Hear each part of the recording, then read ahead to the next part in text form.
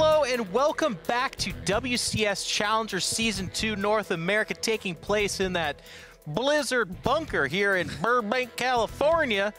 If you're worried that it's just me doing this, don't. I'm joined by Mr. Rotterdam from the Dutchland. He was foregoing, by the way, watching soccer to be here. Absolutely amazing dedication. Thank you, Rotterdam, for joining us. Yeah, it was hard, you know. Shall I do my actual job or watch football? Because people do get upset when you play ladder games during the World Cup. As they should. Like, how dare you? Why are you playing soccer right now? Don't you know that Spain versus Portugal? So I was like, yeah, I know that, but that's not my job, actually. But I'm happy to be here, Jeff. Wouldn't it be nice to get paid just to watch soccer? Incrementally. Yeah, or just to watch soccer even. To be that, we will not know, because we are here locked in. And you know what? I would rather be nowhere else, because look at this schedule of StarCraft games that we have. Holy cow, if you're like, if you woke up and said, can I please have Vindicta take on Scarlet in what is sure to be a barn burner of a match, you're welcome. There it is. And now, if you thought it couldn't get any better, Semper versus Silky, two of the biggest names in North American StarCraft 2 to not be Neeb or Scarlet is these two guys. Yeah, Silky is a funny one, right? Because I think especially for people outside of the North American region, you're probably like, Silky, or like, yeah, I've heard that name, but is he any good? But I really think that Silky has taken his game to the next level. If you just look at his ladder ranking, he's like at 6.5k MMR or something on NA. That's very tough, actually. Why? On the NA lab? No, but now I'm saying that actually in a complementary way, because there's less players on the North American server, so it's actually really hard to get your MMR up that high. What's your MMR in NA? Lower than on Europe. Confirmed. That may have something to do with my PC. That Are you like 6'3" though? On NA? No. Are you crazy? Is that really hard? Yes, 6'3". No, that's why I'm very impressed with the you know what though? ranking that Silky has achieved. I think the weird thing about having a high MMR on NA is you're either like a parting, or you're like so much better than everyone you're playing, or you have survived the just like deluge of weirdness that is dumped on your head every time you play. You're like, well, this wouldn't be a time to attack. Holy cow! And then, you know, there it is. So it creates these weird players. Like, I feel like if you get weird with Silky, the game can be okay. But then they face like a Scarlet, like kind of like when we just saw with Vindicta and Scarlet. Scarlet just was having none of it. She's like, you're dead. You're out. There's like nothing Vindicta could have done, I think. Yeah, no, I think Vindicta obviously still has a long way to go before you can take out Scarlet in a best-of-3 in Challenger. I mean, that's a very tough task. But I think this is going to be a close one. I really do. Semper does have a very good historic record over Silky. They played 5 times. He won all 5, even a couple times. That's pretty good. 2018 already, even in Challenger before as well, Jeff. Okay. And, you know, that was a big tournament too. Austin Challenger. Twice, even 2-0, 2-1. But I believe that, I mean, I'm a big Semper fan. I love Semper, but I also think he's been very busy with real life. I know that he was busy with school for a while. Last season, I thought that he would potentially be able to take out Puck, but he wasn't at all. Puck took that series decisively, 3-0. I think it's a close one, Jeff. And it could be a long one, could be a short one. Could be medium. It could be like an average game. Yeah. Could be aggressive, could be passive. I don't know. But either way, roll graphic. We're getting into it right now. Are we? I thought we were. I thought I had that power. They told me I'm host, so I was like, let's do it. I think we have to wait until the game actually starts. Aha! I do have the power. Young Silky versus young Semper. If you're looking at that picture of Semper, get used to it. He's going to be a lawyer soon. So if you break the law, he could come for you not only in the game of StarCraft, but also in the world of Canadian law. Like the cool thing about this player, spawning on the left bottom side of Lost and Found, that is representing Sidestone Gaming, who is Silky. You're a natural.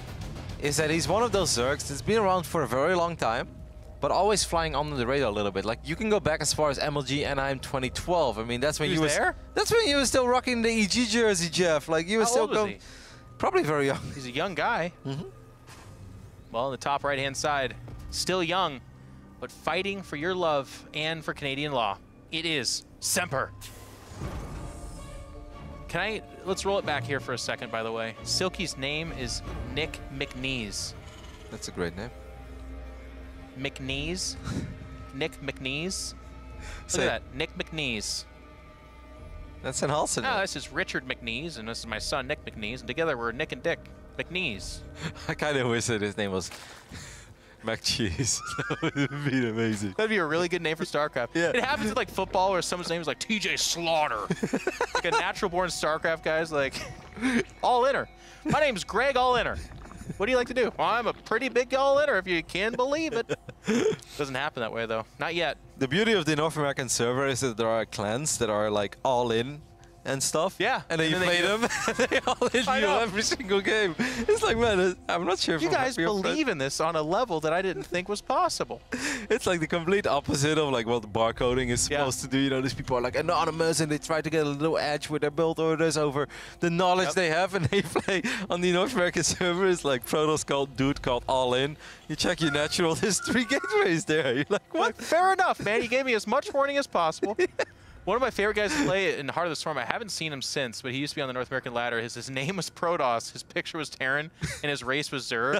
Yes. And it was like, it actually, you just think, you're like, oh, that's cute. But one time, I was talking to my chat, and I looked over, and I'm like, I got thrown way off, and I couldn't readjust. My mind was like, what is he? I don't know. Yeah, those are tricky. Even if they just have the Zealot or the Stalker and then suddenly they're Terran, every now and then you just look at the picture and you're like, oh. Son of a! Well, this game started off early. If you're wondering why Kevin and I are bantering, as we call it in the industry, so far a very usual dance, back and forth. Silky gonna try to not give up a lane here. So what is your prediction for this best of 3? You think Semper takes it easily? No, I don't know. I believe that Silky can do it here. I think this has got to be the most comfortable match we've seen today. Like, a lot of them have been an underdog versus someone better, or it's been like Lambo or Showtime is trying to prove himself. Like, it's been a lot of like really desperate situations, which is common in WCS Challenger. But does anybody expect Silky to make it out of this group? It's like a no, but it's not also impossible. It's not filled with Neeb and some other, you know, like Moss or something like that. It is a possible group. And same with Semper. He's a very good player. He does well on the ladder, but still people kind of overlook him. But still. But still, I think historically people would say Scarlet is going to win this group. Semper should normally be the runner-up, but I think it's going to be very, very close contested between these two. And obviously this is a funny series because this is the first best of 3 they play. This group is also completed by Vindicta, who I think is the underdog out of these 4 players. He still has a lot to prove on the stage, you know, this big, so to speak, where the stakes are high and everybody's watching. But between these two, there's a good chance we'll see these two face off in the deciders match as well. Yeah. So you could very well say that this is maybe one of those best of 3s where it's like, let's test the waters a bit and let's see, you know, what my opponent is actually made of and what he likes to do. Agreed. And like you said, though, too, while Vindicta is the underdog, nobody wants to face that person in the lower the lower bracket match, just because it is such a nervous situation for everyone. In different ways, right? Like, even Scarlet's the overwhelming favorite, but if she all of a sudden finds herself with her back up against the wall, it's like, Scarlet, what are you doing struggling with these guys? Which I always found fun, because in StarCraft, it was like sometimes someone was so much the favorite that the new pressure was, you're supposed to win this easily. Yeah, and it's very hard to live up to those expectations. And obviously, if you do fall to the lower bracket, you know, what's going to happen to either of these 2 players? If Scarlet does somehow lose in the upper bracket match, like, then it's suddenly going to be like, oh my goodness, my tournament life is on the line now because I have to beat Scarlet. So it's always better to win even that opening match. Even if you have the feeling that with this format you could potentially go up against your opponent again, it's much better to win the first than to lose it. Unless you believe in this curse where the person that loses the first one always wins the second. But it got dispelled, actually. I think it was not Friday, obviously, but Thursday. We had a couple people knocked down to the lower bracket, and then they did not complete the revenge. But here is that Liberator shows up, and immediately Silky pulls back for 0 casualties. The Queen line. Quick reaction, but I always kind of like this kind of a risk when it comes out of Semper. You force your opponent to pay attention, you force them to lose mining for a little bit. You know they're out of position, it's going to slow down the creep. Well, like I said before in the previous series, all of these guys are so good at spreading creep these days that you really need to be on top of it. You need to do something to prevent it. Otherwise, all of these players that are around 6k MMR or higher, the entire map is going to be covered in creep if you don't stop it. I'm just a big fan of high reward, lower risk. Like, even if the Liberator just straight up dies, nobody looks at that and says, well, that really sets you far back. It's obviously a shame, but it's not that big of a deal. But we've all had those games or seen those games where a Liberator just gets away with it. Like, you just didn't notice because you're keyed in on the Hellions, and then 25 drones die. And you're just like, whoa, I guess I just lose the game. Semper is being very cautious with his Hellions so far, really only wants to contain this creep, wants to make sure it doesn't spiral out of control too quickly, because obviously once he starts having medevacs out on the map and a couple of Marines, it's going to be a lot easier for him to throw it on a scan and clean up a couple of these creep doors. But even though this all doesn't look very impactful, and obviously it's not, But if Semper isn't doing this, then the creep would have been halfway across the map at this point, and then it becomes very awkward to even start dropping, because it's always going to get revealed. Doing a good job, though, I will say. If it is just going to be 4 Hellions, which is like just about as inexpensive as you can get to do that stage of the game, they are getting creep tumors and they are not losing their life. So in that sense, not bad. Semper loads up with the 16 Marines, making their way over here. Is there an armory, Mr. Roddy? There is no armory yet. Well, then I'm a bigger fan of what's about to happen.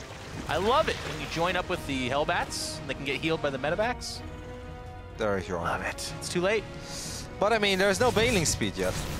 Oh wait, did it just finish? It just finished. Okay, so there is bailing speed. There is bailing speed. And that's gonna make it a little bit harder for these Marines. Obviously, to get very effective.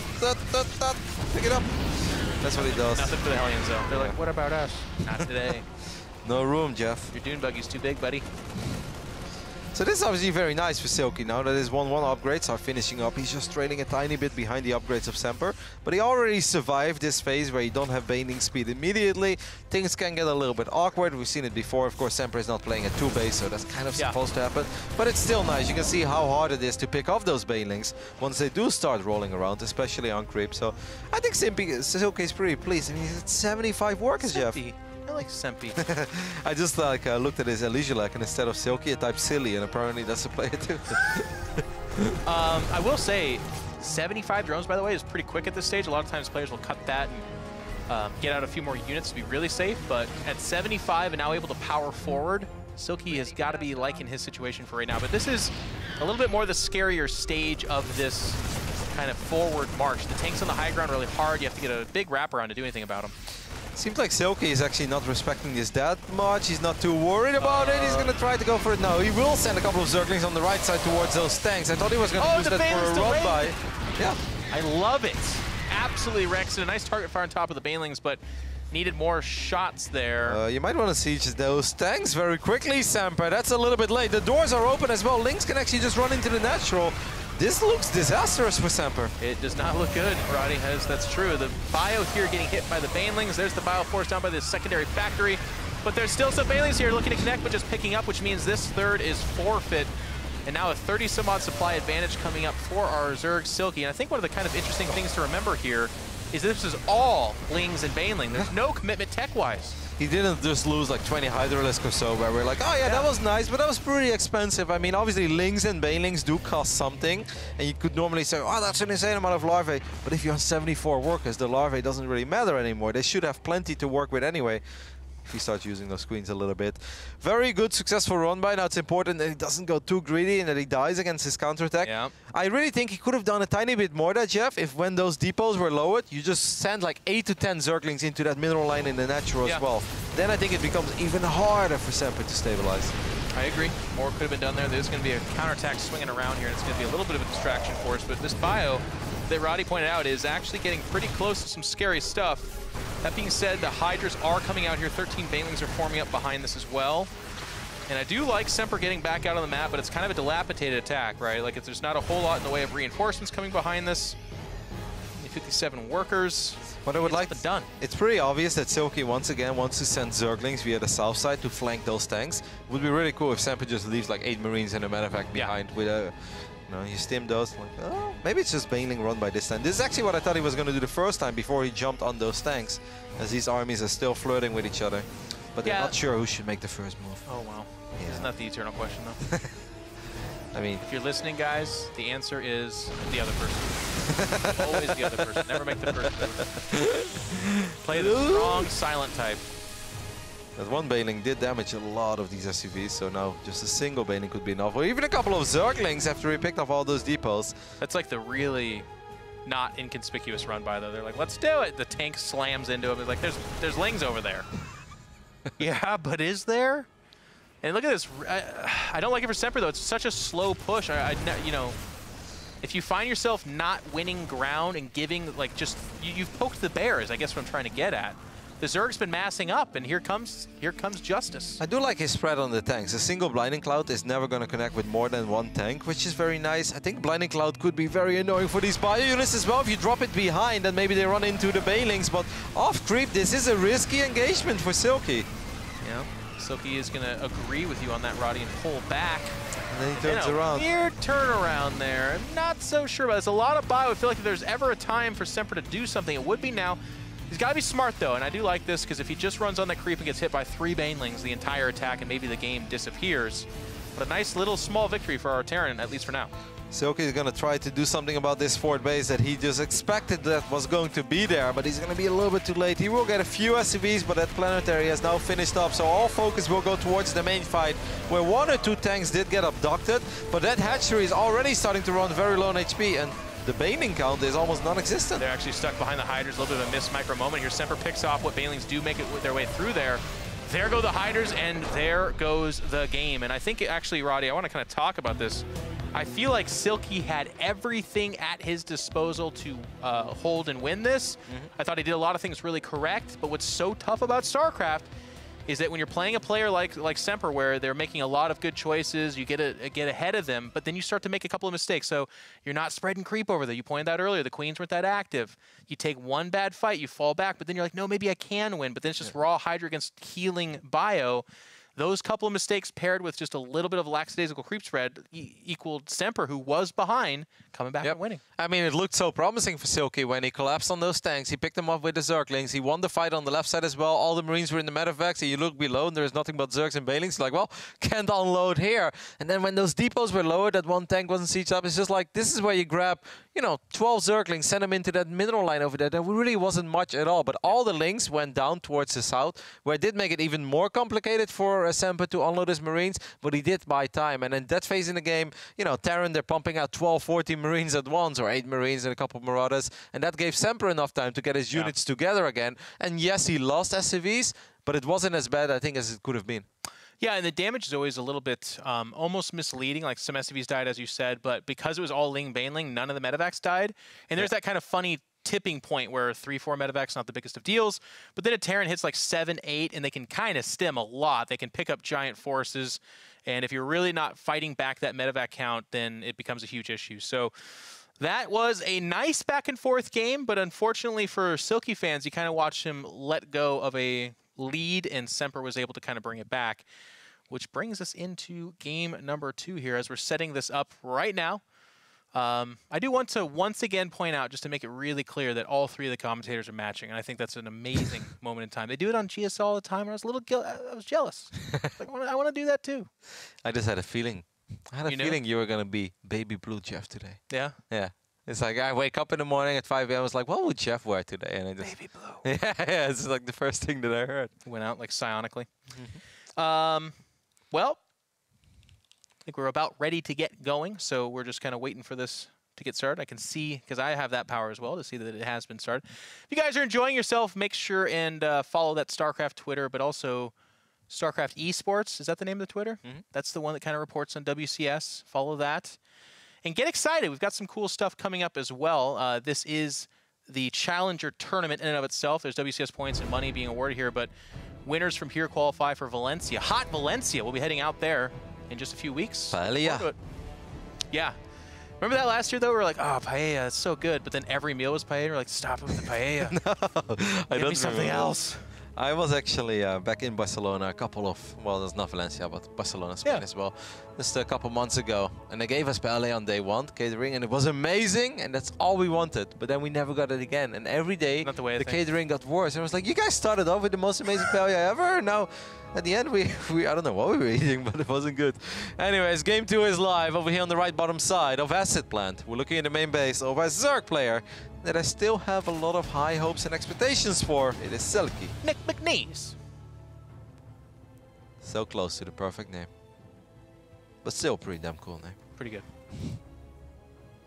And in the top left-hand side, taking a 1-0 advantage for himself in this best of 3, it's Semper. I do want to tell one quick story since we mentioned paella, and nothing super eventful is happening at the beginning. It's just kind of standard opening. For those of you that are aware, one of the beloved StarCraft people, Mr. Nathanius, what you may not know about him is that he is one of the most bland, boring, and simple eaters you can ever experience. If you thought somebody was raised on like macaroni and chicken fingers, it was Nathanius, and he took it into his adulthood. But we have a loving family of StarCraft people, and Smix is not a boring eater. She's a very adventurous and exciting eater. but also a little bit of a mother hen in our group, and she kind of talked Nathanius into like, come on, try out paella. It's what they're famous for. It's really good. It's rice and meat mostly. And Nate was eating it, and he's like, you know what, Smix? This is pretty good. I like it. And I looked over at Nate, and I said, that's surprising, because I didn't think you'd like to eat snails. And he was like, lol, Jeff, snails. And I was like, no, look at your spoon. And on his spoon was a snail, because in traditional Valencia, where they say they invented paella, there are snails in that food. Nate became a little bit less of a fan. And he crawled back into his shell, so to speak. That's the whole story. I can attest to Nate, his eating habits. Whenever we get a sandwich together, you can choose about all these lovely vegetables. You can get cucumber, onions, bell peppers, pickles. He's like, I'll take this chicken sandwich with the lettuce. And then they look at him and like, what else, sir? He's like, no, just lettuce. And then like, it's full of lettuce. He's like, can I have some more lettuce? And they look at him really confused. He's like, I just really like lettuce. Lettuce. And he's like this massive sandwich with lettuce and chicken. You know what, though? He brings the spice elsewhere. Enjoy Mr. Nathanius like a little brother. Now, we do have a little bit of an awkward dance here. This third is being denied. And with the SCV actually close to the gas like that, for those of you that don't know, you cannot take it as a geyser. So a nice little double whammy from Semper. And it's a small thing. It doesn't necessarily create the biggest of deals, but I'll tell you, when you fall behind in a short best of 3, you're playing on a big stage for one of the first times, and you have everything on the line, that kind of stuff can start to hurt. I wonder if Semper is going to open up differently here. We saw him in the previous game open up with those 4 Hellions, and we can all, well, perhaps already see it here. The things are going to be a little bit different. He's going to fire up 2 more though, but the starport is quick. I'd love to see him open up with a medevac and maybe just try to drop a couple of those Hellions into the top side of this main base on Asset Plant. I think that's an excellent way to play this map at TVZ and also keeps things fresh. You know, you didn't do it on Lost and Found, so your opponent may not necessarily be thinking about it. Why not try your luck at Asset Plant? I think you'll get what you want. And if you really want to get spicy, you can add an armory behind it, which is exactly what he's doing. So you drop off 4 Hellions, transform them into Hellbats, and have quite the little surprise for your opponent. I'm actually surprised we don't see it more often. Not even necessarily the armory, like just straight up 4 Hellions in the main, because I feel like that too is kind of that thing I was describing earlier, where it's like, if you lose all the Hellions, yeah, you lose map control, and that sucks, don't get me wrong. But the 4 Hellions could also just roast like 14 drones and just win the game. So it can be, it's just a very good back and forth. But it's kind of a lot of Lings coming up for Silky. Kind of. He's got 3 Hellions and then also 2 Marines in the mix, so maybe he can do something funny with those Marines. Maybe he can start being annoying. One of the Overlords over here did spot that medevac, but we know that this is not the only thing that there is to worry about. There are 4 more Hellions being built on the other side of the map. Is Semper actually going to unload? No, there is a Spore Crawler there as well, so he's like, nope. Okay, there's the space. I was wondering why we didn't drop, because like even, yeah, they're not Hellbats yet, but Hellions are good against Lings too here, but there we go. And here come the Hellbats waddling forward. Silky did finish a Baneling nest, or is about to finish a Baneling nest, excuse me. Yeah, he's going to be able to get a little bit of damage done here for sure. Even though that medevac is tanking a lot, at the same time the Hellions build. Oh no, he stacked up the drones on the extractor.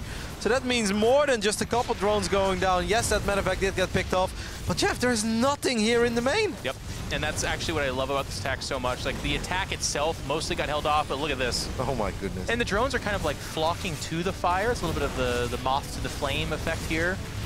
And Silky was having a rough series. It just got really bad. It got really bad.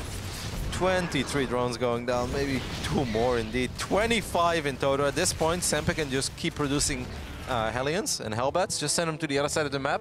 And worst things comes to worst is that you trade against Lings. And that's still good for Semper because he's already up in workers. And how often are you 6 minutes into the game where Terran has an 8 worker advantage over the Zerg?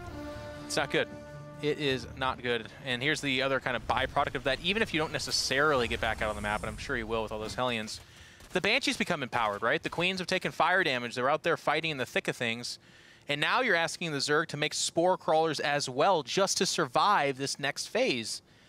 And for Terran, they don't mind making this. It is going to be mech, by the way, as our lovely observer Roddy points out. Battle map.